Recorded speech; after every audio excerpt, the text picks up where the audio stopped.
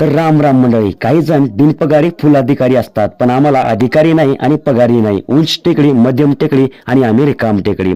तेवढ्यातच माझी नजर गेली माणसापेक्षा इमानदार जनावर असलं ते म्हणजे कुत्रं. त्या कुत्र्याचं तोंड एका डब्यामध्ये अडकलेलं होतं. त्या डब्यामध्ये खायची काहीतरी वस्तू होती. ते खाण्यासाठी ते कुत्रं आपलं तोंड त्यामध्ये घातलं. त्याचा कार्यक्रम तिथेच झाला. त्याला पाणी पिता येत नव्हतं आणि काही खाता पण येत नव्हतं आणि आम्हाला जवळ येऊ देत नव्हतं. 1 तास त्याच्या मागे फिरून फिरून आमची जिरली, पण तो काय आम्हाला सापडत नव्हता. मग आम्ही आमची टीम मैदानात उतरवली. शेवटी बिचारा थकलेला कुत्रा सापडला. त्याचं तोंड त्या भरणीमधलं काढलं. आता तो समाधान श्वास घेत होता. अजून जर काही वेळ त्याचं तोंड त्या भरणीतून काढलं नसतं तर तो ताण लागून भूक लागून आपला प्राण सोडला असता.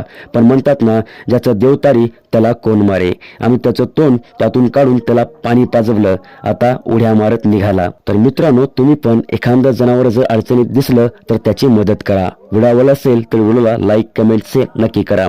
धन्यवाद.